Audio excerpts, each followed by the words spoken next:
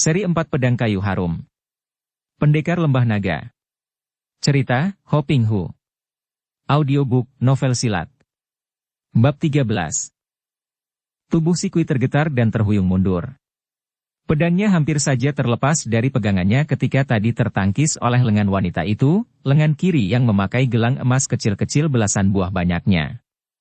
Gelang-gelang kecil inilah yang tadi menangkis pedang dan membuat Si Kui terhuyung. Bukan main. Maklum bahwa dia bukan tandingan wanita itu, melihat bahwa suaminya sudah tidak lagi mengalami luka parah, hatinya lega dan dia pun menghentikan serangannya. "Kenapa kau menyerang suamiku?" demikian tanyanya sebagai pembelaan diri telah berani menyerang wanita itu. Dia teringat bahwa wanita ini adalah utusan Raja Sabutai, maka kalau saja tidak melihat wanita itu tadi merobohkan suaminya, dia akan berpikir panjang lebih dulu sebelum berani menyerangnya. "Kounio, harap Kounio suka memaafkan kami dan harap jangan mengganggu kami sekeluarga yang tidak mempunyai kesalahan terhadap Kounio," kini Hok Boan berkata karena dia maklum bahwa dia dan istrinya sama sekali tidak akan mampu menghadapi wanita ini. Pula, memusuhi utusan Raja Sabutai sama saja dengan membunuh diri karena mereka berada di daerah kekuasaan Raja Liar itu. Maka lebih baik mengalah dan melupakan penghinaan tadi, bersikap merendah. Kim Hong Liunio kembali memandangi mereka itu satu demi satu dengan sinar matanya yang tajam dan dingin mengerikan. Lalu katanya, seperti tadi, lirih dan satu-satu namun penuh desakan dan ancaman. "Siapakah orang Shichia?" Si Kui terkejut mendengar pertanyaan ini. "Orang Chia. Apa maksudmu dengan pertanyaan itu, Kounio?" tanyanya dengan wajah berubah pucat. Kim Hong Liunio memandang kepadanya dengan sinar mata tajam penuh selidik, sinar mata yang seolah-olah hendak menjenguk ke dalam isi hati wanita itu. "Nyonya Buntung, siapakah orang Shichia di sini?" tanyanya, suaranya penuh ancaman. Dalam keadaan biasa, tentu Si Kui akan marah disebut Nyonya Buntung. Akan tetapi pada saat itu, disebutnya Shichia membuat jantungnya berdebar tegang sehingga dia tidak memperdulikan sebutan itu. "Aku tidak tahu, di sini tidak ada yang Shichia," jawabnya tegas. Sejenak Kim Hong Liunio beradu pandang dengan Si Kui, kemudian wanita cantik itu menoleh kepada Kui Hok Boan, dengan suara seperti tadi, suara yang menyeramkan itu, dia mengajukan pertanyaannya kepada sastrawan itu. "Siapakah orang Shichia di sini?"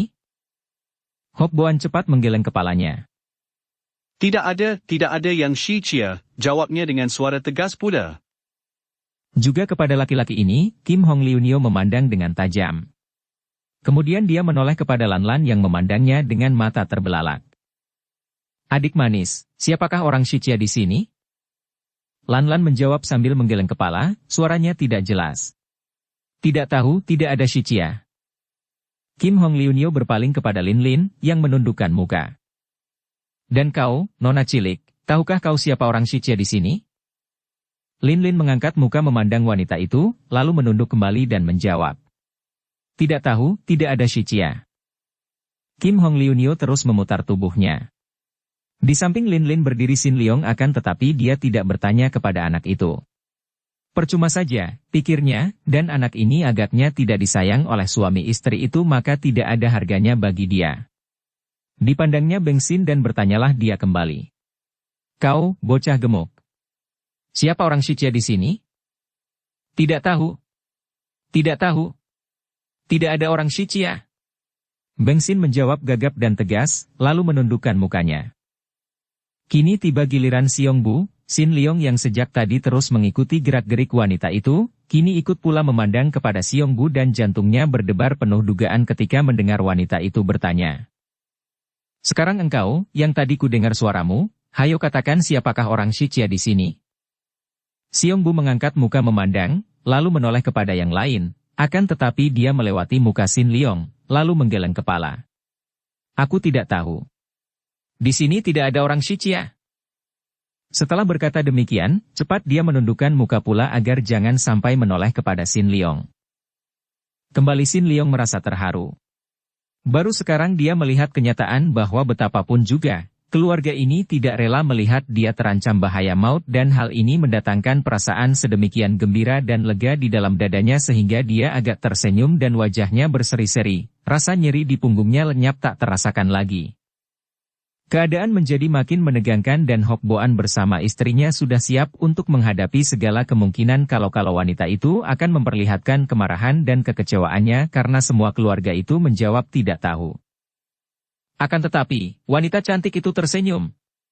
Tersenyum manis sekali, senyum yang amat mengherankan hati Hok Boan akan tetapi membuat bulu tengkuk si Kui meremang karena dia yang sejak dahulu sudah biasa bergaul dengan tokoh-tokoh golongan sesat yang berwatak aneh-aneh, sudah mengerti senyum yang mengerikan ini.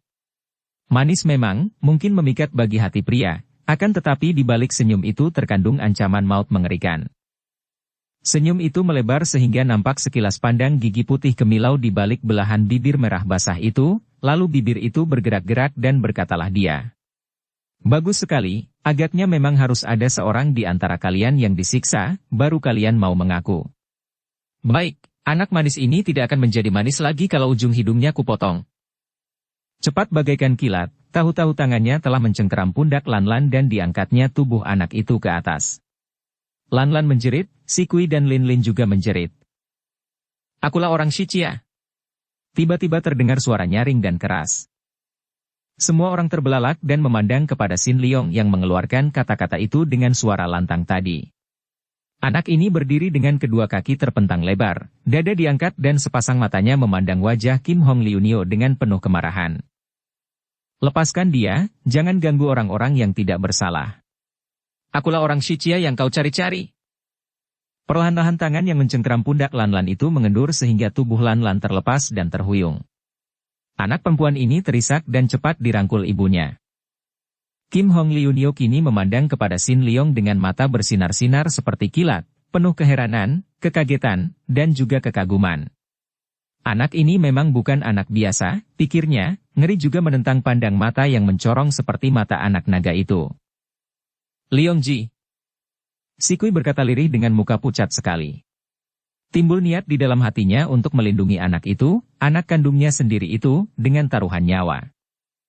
Sin Liong menoleh kepada si Kui dan agaknya dia maklum akan niat dari ibu angkatnya itu.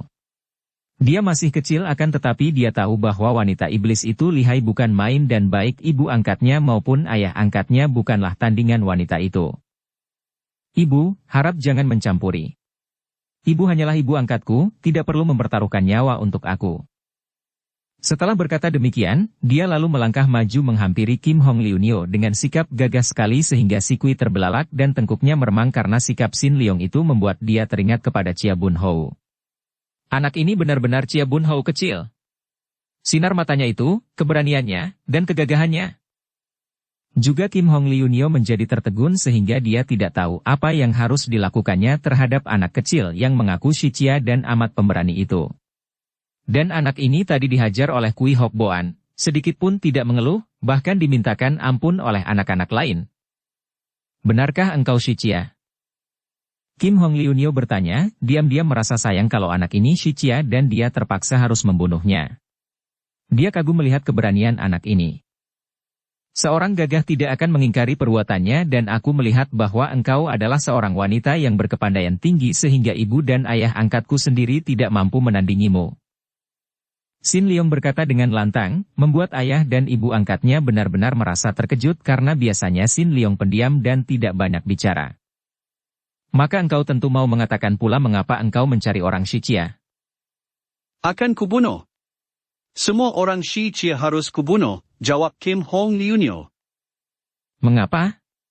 Apa salahnya orang-orang Shichia? Tanya pula Sin Liong. Anak kecil mau mampus kau tahu apa? Bersiaplah untuk mampus. Membunuh seorang anak kecil seperti aku tentu saja mudah bagimu dan perbuatanmu itu tidak akan mengharumkan namamu. Kau membunuh aku sama dengan aku membunuh seekor semut, perbuatan itu mana dapat dibanggakan? Kalau kau memang gagah berani, hayo kau hadapi ayahku dan juga Shichia, barulah seimbang. Monyet kecil, siapa ayahmu? Kim Hong Liunio membentak marah. Dia tidak tahu bahwa Sin Liong paling benci kalau dimaki monyet kecil, karena memang dia suka bergaul dengan monyet, akan tetapi dia tahu bahwa dia manusia bukan monyet. Mendengar makian itu, dia melotot dan balas memaki. Dan kau serigala betina besar. Kau mau tahu ayahku? Ayahku adalah pendekar paling hebat di dunia ini dan kalau kau bertemu dengan ayahku, tentu dia tidak akan memberi ampun kepada serigala betina yang kejam seperti engkau ini. Kim Hong Liunio hampir tak dapat menahan kemarahannya. Sinar merah menyambar dan terdengar bunyi, prak, ternyata meja di dekat Sin Leong hancur berkeping-keping terkena sambaran sinar merah itu yang bukan lain hanyalah ujung sabuk merah dari sutera yang diikatkan di pinggang wanita itu dan yang ujungnya masih berjuntai panjang. Hanya menggunakan ujung sabuk merah saja mampu menghancurkan meja batu. Kepandaian ini benar-benar membuat Si Kui dan Hok Boan menjadi pucat dan tubuh mereka mengeluarkan keringat dingin. Leong Ji, jangan banyak bicara. Si Kui memperingatkan anaknya. Bocah bermulut lancang.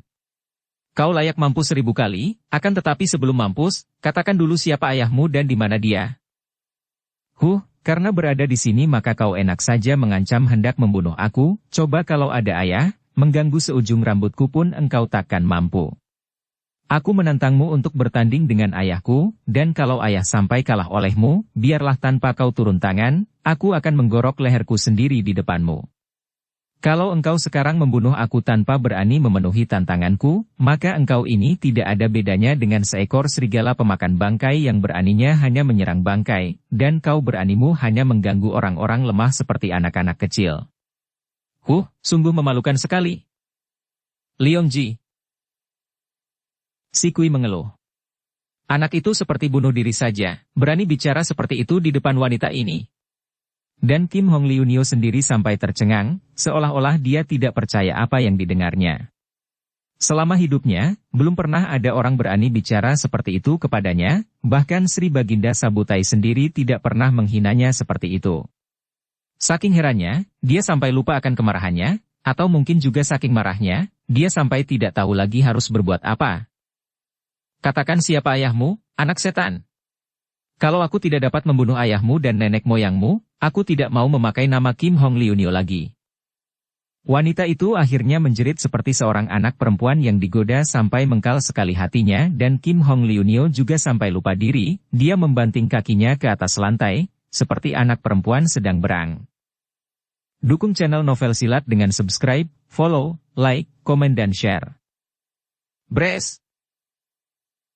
Kaki wanita itu kecil mungil. Akan tetapi begitu dibantingnya di atas lantai dengan pengerahan Sin Kang, kaki itu amblas sampai hampir selutut dalamnya. Kembali Si Kui dan Hok Boan menelan ludah. Bahkan Siong Bu dan Beng Sin terang-terangan mengulurkan lidah mereka saking heran, kaget dan kagum. Kepandaian wanita itu benar-benar seperti siluman. Ayahku adalah pendekar sakti Chia Bun Hou, putra dari ketua Chin Ling Pai kalau kau mau tahu. Kata Sin Leong sambil mengangkat dada, wajahnya berseri dan matanya bersinar-sinar.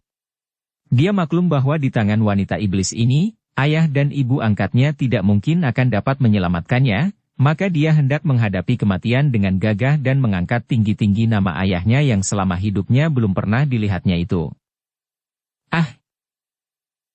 Seruan ini bukan hanya terdengar dari mulut Kim Hong Liunio, akan tetapi juga dari mulut Kui Hok Boan yang menjadi kaget setengah mati dan terheran-heran bukan main mendengar pengakuan Sin Leong. Tentu saja dia sudah mendengar nama pendekar sakti Chia Bun Hou, dan membayangkan betapa bocah ini yang tadinya dikenal sebagai anak peliharaan monyet mengaku putra Chia Bun Hou, meremang bulu tengkuknya. Bohong! Kim Hong Liunio berseru. Macam engkau ini anak Chia Bun Hou?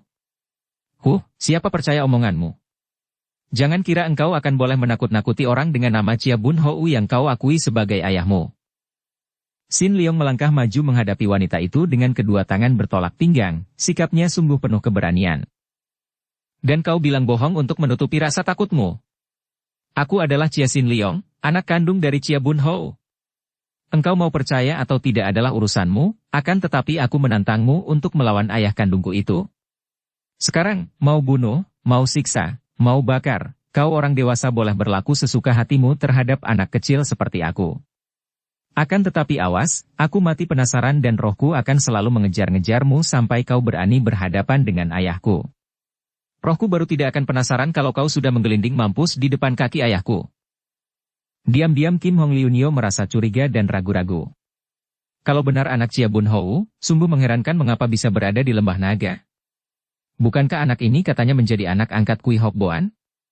Akan tetapi melihat sikapnya, anak ini jelas bukan anak sembarangan, dan memang ada pantasnya kalau menjadi anak seorang yang luar biasa. Membunuh anak ini memang mudah, akan tetapi hatinya akan selalu merasa penasaran, dan memang seperti dikatakan anak ini tadi, membunuh anak ini sama sekali bukan hal yang dapat dibanggakan, bahkan menodai nama besarnya sebagai seorang gagah perkasa. Tangan kirinya sudah diangkat, siap untuk mengeluarkan tamparan maut, akan tetapi tangan itu turun kembali. Bohwat kehabisan akal, juga dia menghadapi anak yang luar biasa ini. Akan tetapi dia teringat akan sesuatu, lalu dia mengambil keputusan untuk menyelidiki keadaan anak ini sampai dia yakin betul sebelum dia turun tangan. Anak setan! Kalau benar engkau putra Chia Bun Hou seperti yang kau akui itu, katakan siapa ibumu. Kim Hong Liunio mendengar bahwa musuh besar utama gurunya itu, yaitu musuh utama yang bernama Chia Bun Hou, berjodoh dengan seorang pendekar wanita sakti yang menjadi musuh besar gurunya pula, yaitu yang bernama Yap In Hong. Akan tetapi dia tidak tahu apakah mereka itu terus menjadi suami istri ataukah tidak karena kabarnya belum pernah mereka itu menikah, atau belum pernah pernikahan antara mereka itu dirayakan karena pernikahan mereka itu tidak direstui oleh ayah pendekar Chia Bun Hou itu. Akan tetapi jawaban Sin Leong benar-benar mengejutkan Kim Hong Liunio. Anak itu dengan suara lantang berkata, "Aku tidak tahu siapa nama ibuku, akan tetapi ibu kandungku itu meninggal dunia dan dia juga seorang pendekar wanita yang sakti karena dia dahulu adalah murid mendiang Hek Isian Kou." Ah! Sekali ini Kim Hong Liunio berseru kaget dan memandang kepada Si Kui dengan mata terbelalak lebar. Wanita yang biasanya bersikap dingin dan angkuh itu sekali ini tidak mampu menyembunyikan perasaan herannya sehingga dia memandang bengong kepada Si Kui seperti seorang yang tolol. Si Kui menundukkan mukanya dan seperti kepada diri sendiri dia berbisik-bisik tanpa ada suara keluar dari mulutnya. Kim Hong Liunio masih tetap menatap wajah Si Kui dan tanpa mengalihkan pandang matanya, akan tetapi dia menunjukkan pertanyaannya kepada Sin Leong. "Anak setan, kau bohong. Bagaimana kau tahu akan semua itu? Siapa yang memberitahu kepadamu? Kau berani bilang bohong? Yang memberitahu kepadaku adalah ibu angkatku sendiri. Jangan menuduh yang bukan-bukan, kalau kau takut terhadap ayahku, katakanlah saja terus terang." Kini wanita itu melangkah maju menghadapi Si Kui dan terdengar suaranya aneh sekali, agaknya seperti orang terheran-heran. "Leong Si Kui, benarkah itu?" Si Kui menundukkan mukanya dan muka itu kini menjadi merah sekali. Dengan suara lirih dia berkata, "Benar, ibu kandungnya sudah mati." Tiba-tiba terdengar suara ketawa nyaring sekali dan Hok Boan bersama anak-anaknya yang berada di situ terkejut bukan main. Wanita itu kini tertawa, suara ketawanya aneh, merdu dan nyaring akan tetapi mendekati suara tangis. Wanita itu agaknya geli bukan main, tertawa-tawa sampai ada beberapa butir air mata membasahi pipinya dan dia masih tertawa seperti orang terisak ketika dia menggunakan ujung sabuk merah menghapus air matanya. "Hihihihi, Leong Si Kui. Kau kira rahasia busuk bisa ditutupi selamanya?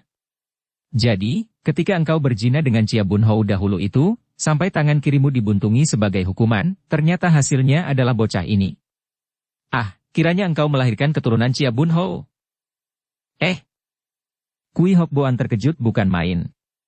Rahasia itu sama sekali tidak pernah didengarnya dari istrinya, maka dia pun memandang kepada istrinya dengan mata terbelalak.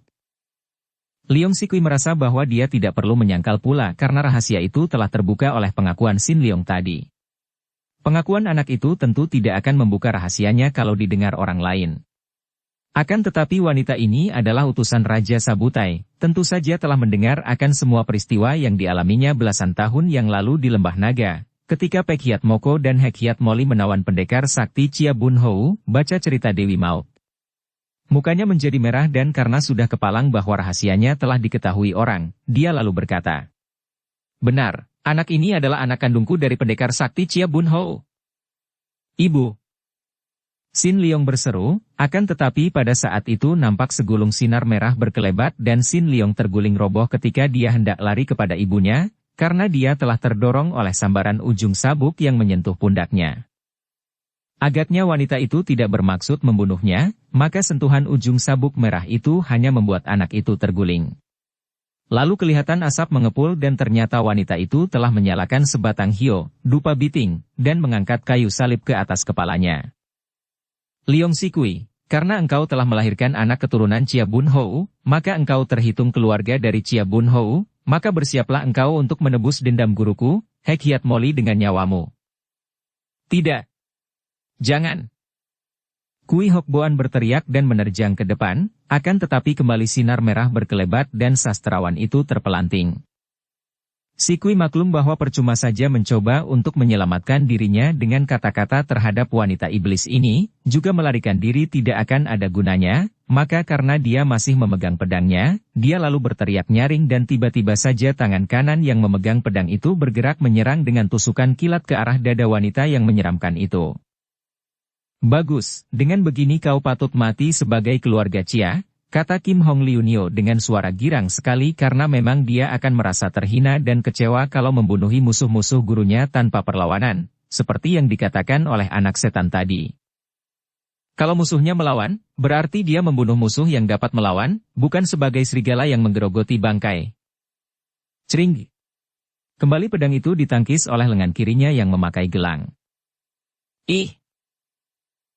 Si Kui menjerit karena tertangkis oleh gelang di lengan wanita itu, dia merasa pergelangan tangannya tertotok oleh ujung biting, nyeri sekali rasanya dan tanpa dapat dicegahnya lagi, jari-jari tangannya yang seperti lumpuh sesaat itu melepaskan gagang pedangnya yang jatuh berdenting ke atas lantai. Terdengar wanita itu tertawa, akan tetapi si Kui sudah cepat menggerakkan tangannya.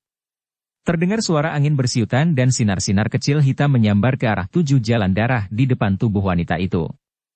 Itulah Hek Tok Ting, paku hitam beracun, senjata rahasia yang ampuh dari Leong Sikui. Setiap paku merupakan ancaman maut dan 7 batang paku itu menyambar dengan kecepatan yang amat hebat karena dilepaskan dari jarak yang hanya 3 meter jauhnya. Hem! Wanita cantik itu benar-benar hebat bukan main. Dia tidak kelihatan gugup sama sekali, bahkan memandang rendah.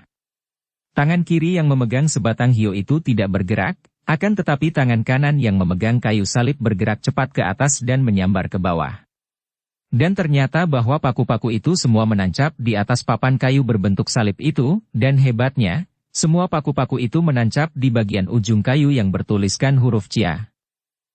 Wanita itu bukan hanya mampu menangkis semua paku, akan tetapi lebih daripada itu, dia mampu membuat semua paku itu menancap di tempat yang sama, yaitu di ujung yang ditulisi huruf Chia. Seolah-olah menjadi tanda bahwa calon korbannya itu adalah keluarga marga atau Shi Chia.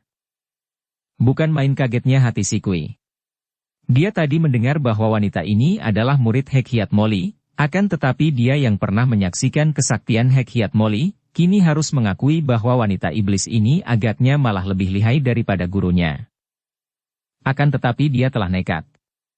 Rahasianya telah dibuka dan tentu hal itu akan mempengaruhi hubungan antara dia dan suaminya.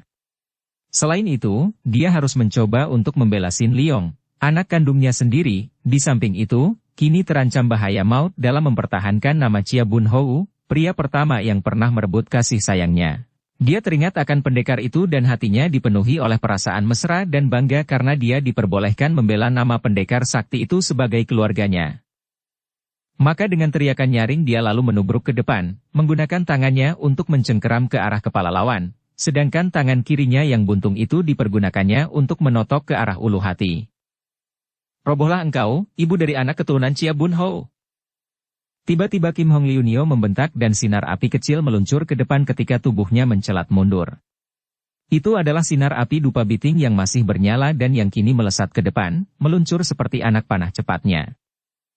Si Kui pernah menyaksikan wanita ini membunuh orang dengan sebatang hio, maka dia terkejut sekali dan berusaha mengelak. Namun dia kurang cepat karena dia tadi sedang dalam keadaan menyerang. Cus! Dupa biting itu menyambar dahinya dan tepat sekali menusuk di antara kedua alisnya sampai semua gagang hio itu lenyap. Si Kui mengeluarkan jeritan lirih dan tubuhnya terjengkang, roboh terlentang dan tewas seketika dengan hio masih menancap di dahinya dan hio itu masih membara, mengeluarkan asap ke atas. Seolah-olah nyawa wanita itu melayang melalui asap yang keluar dari dahinya itu. Kui Hok Boan terbelalak pucat dan terdengar jerit-jerit memilukan dari Lan Lan, Lin Lin yang menubruk ibu mereka sambil menangis. Terdengar suara gerengan liar seperti seekor monyet marah dan Sin Leong sudah meloncat. Loncatan yang dilakukan menurutkan nalurinya sebagai binatang, yang diperolehnya dalam pergaulan dengan para monyet, dan dia sudah menubruk ke arah Kim Hong Liunio. Wanita ini sedang memandang mayat lawannya dengan senyum penuh kepuasan ketika Sin Leong menubruk. Tentu saja dia tahu akan serangan anak itu dan dia sudah menggerakkan tangan kirinya untuk memapaki kepala anak itu dengan tamparannya.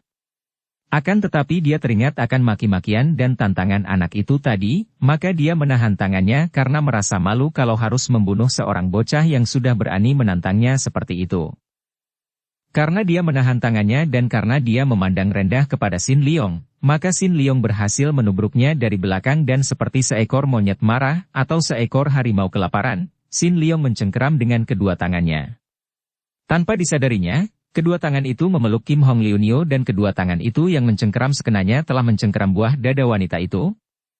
Kemudian Sin Leong membuka mulutnya dan menggigit tengkuk. Ih! Kim Hong Liunio menjerit, bukan karena gigitan pada tengkuknya, melainkan karena cengkeraman pada kedua buah dadanya itu. Tiba-tiba dia merasa seluruh tubuhnya menggigil, jantungnya berdebar keras, kepalanya menjadi pening. Patut diketahui bahwa Kim Hong Liunio adalah seorang wanita berusia 30 tahun yang masih perawan, yang selama hidupnya belum pernah bersentuhan dengan pria walaupun sudah sering dia mimpi akan hal itu. Kini, merasa betapa tubuhnya dipeluk dan dadanya diraba tangan seorang laki-laki, biarpun laki-laki yang masih anak-anak, dia seperti kemasukan getaran halilintar, tubuhnya menjadi panas dingin dan tak terasa lagi dia menjerit. Akan tetapi, hanya sebentar saja dia dikuasai perasaan aneh itu. Sekali wanita sakti ini menggoyang tubuhnya, Sin Leong terlempar dan terbanting keras ke dinding ruangan itu. Sin Leong roboh dan pingsan. Kui Hok Boan kini bangkit dan dengan terpincang-pincang dia berdiri menghadang di depan anak-anak itu, khawatir kalau anak-anaknya akan dibunuh semua oleh wanita iblis itu. Akan tetapi Kim Hong Liunio tersenyum dan menggeleng kepala. Kemudian menyimpan kembali kayu salib yang telah dicoretnya satu kali di bawah nama Chia, memasangnya di punggung dan dia lalu memandang kepada Kui Hok Boan. Jangan khawatir, karena engkau benar-benar tidak tahu menahu tentang keluarga Chia, maka biarlah kau dan anak-anakmu yang tidak ada sangkut pautnya dengan keluarga Chia, kuampuni. Akan tetapi anak itu akan kubawa dia ke keturunan musuh besarku. Kim Hong Liunio menuding ke arah tubuh Sin Leong yang masih pingsan. Kui Hok Boan adalah seorang yang pada dasarnya memang mempunyai watak pengecut, yaitu kalau sudah terancam bahaya maut barulah sifatnya ini menonjol. Tadinya, dia masih berwatak gagah melindungi istrinya dan melindungi pula Sin Leong, akan tetapi kini semua kegagahannya itu luntur dan lenyap dan dia berubah menjadi seorang yang rendah diri. Terima kasih atas pengampunan Kounio, katanya lirih sambil menundukkan mukanya. Sekarang dengarlah, Kui Hok Boan. Aku diutus oleh Sri Baginda Sabutai untuk memberitahu kepadamu bahwa sebelum 6 bulan, engkau harus sudah meninggalkan istana Lembah Naga ini, dan semua penghuni dusun-dusun yang berada di sekitar tempat ini pun semua harus pergi. Kalau sudah lewat 6 bulan dan masih ada orang yang berada di sekitar sini, jangan salahkan kami kalau kami akan membunuhnya. Mengertikah kau? Kui Hok Boan terkejut sekali dan cepat dia mengangguk-angguk. Baik, akan saya taati. Melihat betapa Kui Hok Boan yang tadi gagah seperti harimau kini menjadi jinak seperti domba, padahal mayat istrinya masih hangat rebah di depannya, Kim Hong Liunio mengeluarkan suara mengejek. Lalu dia membalikkan tubuhnya menyambar lengan Sin Leong yang diseretnya dan dibawanya keluar dari ruangan itu, tanpa menoleh sedikit pun ke belakang lagi. Sin Leong! Tiba-tiba Lin Lin menjerit dan bangkit berdiri, hendak lari mengejar agaknya. Lin! Hok Boan membentak dan cepat dia menyambar lengan anaknya. Kim Hong Liunio berhenti melangkah ketika sampai di pintu, menoleh dan melihat betapa 4 orang anak-anak itu memandang ke arah Sin Leong sambil menangis. Maka berkatalah dia. Orang Shikui, 4 orang anak itu jauh lebih baik daripada engkau. Lalu sekali berkelebat lenyaplah bayangan wanita itu dari situ. Maka terdengarlah tangis dan ratap di dalam ruangan itu, dan tak lama kemudian, ratap tangis itu makin riuh ketika para pelayan melihat bahwa nyonya majikan mereka telah tewas. Istana Lembah Naga diliputi suasana berkabung. Lan Lan dan Lin Lin menangis tiada hentinya, dan Kui Hok Boan termenung dengan penuh penyesalan. Baru terhadap Si Kui dia benar-benar pernah mencinta dan setelah menikah dengan Si Kui, sifatnya yang mata keranjang menjadi reda. Akan tetapi kini Si Kui telah tewas dan meninggalkan dia seorang diri bersama 4 orang anak. Akan tetapi, kemudian dia teringat bahwa biarpun dia harus pindah dari Lembah Naga, dan dia memang bermaksud kembali ke selatan, namun dia telah menemukan harta karun dan kini telah menjadi seorang yang kaya raya, maka dia tidak merasa khawatir. Hanya sedikit kebimbangan mengganggu hatinya. Di selatan dia mempunyai banyak musuh. Zheng Huapang sekarang jauh berbeda dengan Zheng Huapang belasan tahun yang lalu ketika perkumpulan itu dipimpin oleh Zheng Hua Xianjin. Dahulu, perkumpulan itu tidak sehebat sekarang ini, setelah Zheng Hua Xianjin meninggal dan perkumpulan itu dipimpin dan dibangun kembali oleh muridnya.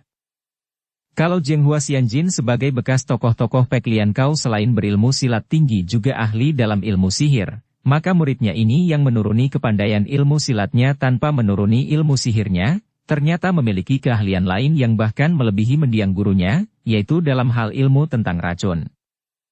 Zheng Huapang sendiri mendapatkan namanya dari julukan Zheng Hua Xianjin, dan kakek itu dijuluki Zheng Hua Xianjin karena dia telah menemukan kembang hijau yang hanya bisa ditemukan orang di sebuah di antara puncak-puncak pegunungan Himalaya. Kembang hijau ini mengandung racun yang amat hebat, yang boleh dibilang rajanya kembang-kembang beracun. Akan tetapi, kalau Zheng Hua Xianjin mempergunakan khasiat kembang mujizat itu untuk melatih dan memperdalam ilmu sihirnya, sebaliknya muridnya itu mempergunakan kembang hijau itu untuk memperdalam ilmu tentang racun-racun. Maka kini terkenalah perkumpulan Zheng Huapang sebagai perkumpulan orang-orang yang ahli dalam mempergunakan racun sehingga tentu saja amat ditakuti oleh golongan lain. Akan tetapi, ketika Kaisar Cheng Tung memperoleh kembali tahta kerajaannya yang tadinya diserahkan kepada adiknya ketika dia menjadi tawanan Raja Sabutai, baca cerita Dewi Maut, Kaisar ini telah mengerahkan orang-orang pandai, mempergunakan tangan besi untuk menekan dan mengendalikan perkumpulan-perkumpulan golongan hitam yang suka menimbulkan kekacauan. Oleh karena itu, Zheng Huapang yang termasuk sebagai perkumpulan yang diawasi dan dibatasi gerakannya, lalu mengungsi keluar tembok besar dan untuk sementara mendirikan sarang di dekat tembok besar di utara. Ketua Zheng Huapang bernama Gak Songkam dan karena keahliannya bermain racun, dia dikenal orang sebagai Toong, Raja Racun. Nama julukannya sebagai Toong ini sama terkenalnya dengan nama Zheng Huapang yang tersohor. Dahulu, ketika Zheng Huapang masih dipimpin oleh mendiang Zheng Hua Xianjin, perkumpulan ini lebih condong mempelajari ilmu-ilmu sihir yang keji dan cabul.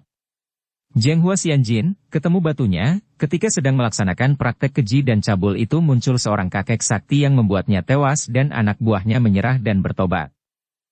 Kakek sakti itu bukan lain adalah Bun Hoat Tosu, baca cerita Dewi Maut.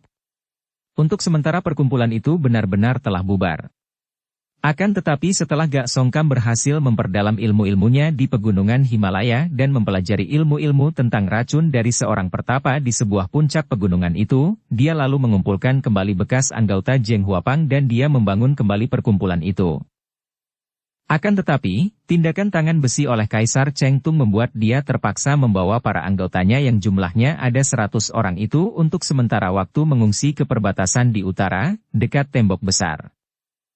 Zheng Huapang Chu Shiga ini telah menikah dengan seorang wanita Shitio, akan tetapi dia tidak mempunyai keturunan. Istrinya membawa beberapa orang sanak keluarganya yang juga Shitio ketika mengungsi ke utara dan mereka ini ikut hidup senang sebagai keluarga istri ketua perkumpulan besar, dan di antaranya ada pula yang menjadi anggota Zheng Huapang. Para anggota Zheng Huapang semua diberi pelajaran tentang racun oleh ketuanya sehingga mereka rata-rata selain pandai ilmu silat, juga pandai mempergunakan racun untuk mengalahkan lawan. Mungkin karena mengandalkan kepandaian sendiri dan mengandalkan nama besar perkumpulan mereka, setelah pindah ke perbatasan di utara, dalam beberapa tahun saja, Zheng Huapang telah dikenal dan ditakuti, malang melintang di perbatasan itu karena mereka merasa terlepas dari jangkauan tangan besi kaisar. Akan tetapi, pada suatu hari terjadilah malapetaka menimpa keluarga ketua Zheng Huapang, yaitu pada suatu malam ketika ketua Zheng Huapang sedang pergi bersama beberapa orang pembantunya menangkap beberapa ekor ular gurun pasir. Muncullah seorang wanita yang mengaku bernama Kim Hong Liunio dan wanita ini secara kejam telah membunuh istri ketua Zheng Huapang dan juga 9 orang keluarga wanita itu, kesemuanya Shitio. Tentu saja Zheng Huapang menjadi geger, Apalagi ketika para anak buah Zheng Huapang yang mengeroyok dibuat kocar-kacir oleh wanita yang amat lihai itu. Ketika Ga Songkam pulang dan mendapatkan istrinya dan 9 orang keluarga istrinya tewas semua, dengan cara kematian yang aneh, yaitu dahi atau bagian tubuh lain yang berbahaya tertancap oleh sebatang hio yang membara, tentu saja dia menjadi marah sekali. Akan tetapi segera tersiar berita bahwa wanita bernama Kim Hong Liunio itu telah merajalela, membunuh-bunuhi semua orang Shitio, Yap, dan Chia yang dapat ditemukan di daerah itu, yang tentunya tidak banyak karena yang dicari adalah orang-orang Han, sedangkan daerah itu lebih banyak didiami oleh orang-orang suku bangsa lain. Tentu saja Ga Songkam merasa sakit hati dan berusaha untuk mencari wanita itu. Dia merasa menyesal sekali mengapa dia pergi mengajak 5 orang pembantunya yang pandai sehingga ketika wanita itu datang membunuh istrinya, Zheng Huapang sedang kosong dari semua tokoh yang terpandai. Dia percaya bahwa kalau dia berada di situ, tentu Kim Hong Liunio tidak akan begitu mudah membunuh orang, apalagi membunuh istrinya. Akan tetapi, betapa kaget rasa hati Ga Songkam ketika dia menyebar anak buahnya untuk mencari dan menyelidiki wanita itu, dia mendengar kabar bahwa wanita itu adalah seorang tokoh terkenal di utara, bahkan masih saudara seperguruan Raja Sabutai. Lemaslah rasa tubuh ketua Zheng Huapang itu mendengar ini. Tidak mungkin baginya untuk menyerbu istana Raja Sabutai yang dilindungi ribuan orang pasukan itu dengan 100 orang anak buahnya. Akan tetapi, kematian istrinya harus dibalas. Oleh karena itu, Ga Songkam ini selalu mencari kesempatan untuk menantang Kim Hong Liunio, menantangnya secara pribadi, bukan sebagai keluarga Raja Sabutai. Tantangan yang lazim dilakukan oleh orang-orang di dunia persilatan dan tidak ada sangkut pautnya dengan kerajaan atau perkumpulan. Demikianlah, kesempatan itu tiba ketika Kim Hong Liunio melakukan perjalanan menuju Lembah Naga bersama sutenya, yaitu Cheng Han Hou, hanya dikawal oleh 17 prajurit pengawal. Kesempatan ini tidak disia-siakan dan cepat Ga Songkam menyuruh seorang di antara pembantu-pembantunya yang pandai untuk mengirim surat tantangan kepada wanita itu. Dan seperti telah diceritakan di bagian depan, pembantu itu berhasil mengirimkan surat tantangan istimewa itu yang merupakan senjata-senjata maut berbahaya bagi penerimanya, namun yang dapat diterima dengan baik oleh Kim Hong Liunio. Setelah mendengar berita dari pembantunya bahwa surat tantangannya telah diterima oleh wanita itu yang akan datang bersama seorang sutenya dalam kereta indah yang dikawal oleh 17 orang pengawal, Zheng Huapang menjadi sibuk mempersiapkan penyambutan terhadap musuh istimewa itu. Sementara itu, Kim Hong Liunio yang menyeret tubuh Sin Leong telah tiba di dalam hutan di luar Lembah Naga, di mana Cheng Han Hou sedang menanti dengan tidak sabar dalam keretanya sambil meniup seruling. Han Hou amat suka meniup seruling. Ketika melihat sucinya datang menyeret tubuh seorang anak laki-laki, Han Hou menyimpan sulingnya dan memandang heran. Apalagi ketika dia melihat anak laki-laki yang usianya lebih muda beberapa tahun darinya itu telah membuka mata, telah siuman akan tetapi sedikitpun anak itu tidak mengeluarkan kata keluhan, bahkan memandang dengan mata melotot, dia menjadi makin terheran-heran. Dia melihat sucinya melemparkan tubuh anak itu ke atas tanah dan memandang penuh kebencian. Sin Leong terguling, akan tetapi lalu merangkak dan bangkit berdiri. Kedua kakinya menggigil, tanda bahwa dia lelah dan menahan nyeri akan tetapi matanya melotot dan sikapnya angkuh. Suci. Siapakah bocah ini? Tanyanya heran melihat betapa sucinya yang biasanya tenang itu kini kelihatan marah-marah dan mendongkol. Bocah setan dia. Anak iblis dari neraka. Kim Hong Liunio memaki-maki sambil memandang dengan mata mendelik kepada Sin Leong. Anak itu juga membalas, memandangnya dengan melotot lebar. Wah, anak setan dan iblis? Han Hou bertanya, matanya terbelalak dan dia memandang Sin Leong dari atas sampai ke bawah. Kulihat tidak ada apa-apanya, kenapa disebut anak setan dan iblis? Dia adalah anak dari Chia Bun Hou, musuh besar dari Subo, musuh yang paling besar dari Subo, kata Kim Hong Liunio. Musuh yang paling besar dan paling ditakuti. Tiba-tiba Sin Leong berkata. Dia mendongkol sekali, dia tidak akan dapat mampu membalas semua siksaan, akan tetapi biarlah dia membalas dengan kata-kata menghina agar menyakiti hati wanita ini. Ah, begitukah? Kenapa anaknya hanya begini saja? Han Hou bertanya penuh keheranan. Kalau ayahnya menjadi musuh utama yang kabarnya memiliki kepandaian hebat tentu anaknya pun hebat. Kenapa kau bilang bahwa Suci takut kepada ayahmu? Tanya Han Hou yang mulai tertarik akan sikap bandel dan sama sekali tidak takut dari anak itu. Sepasang mata Sin Leong memandang anak laki-laki yang berpakaian amat mewah itu dan kembali Han Hou terkejut. Mata anak ini seperti mata harimau saja, pikirnya. Hatinya makin tertarik. Sudah jelas takut. Beraninya hanya mengganggu aku, anak ayah yang masih kecil, tidak berani langsung berhadapan dengan ayahku. Han Hou tersenyum. Dan apakah kau tidak takut kepada Suci? Aku? Takut? Paling-paling dia bisa membunuhku, akan tetapi dia pasti tidak akan lolos dari tangan ayahku. Anak harimau bisa saja dibunuh oleh kumpulan serigala, akan tetapi anak harimau tidak akan merasa takut. Wah, sombongnya. Kau menganggap dirimu anak harimau dan kami berdua kau namakan serigala? Wah, bukankah serigala itu anjing hutan? Celaka, Suci, dia berani memaki kita anjing hutan. Itulah. Dia memang anak setan. Kim Hong Liunio mengomel. Kenapa tidak bunuh saja dia agar mulutnya tidak banyak mengoceh lagi? Sute.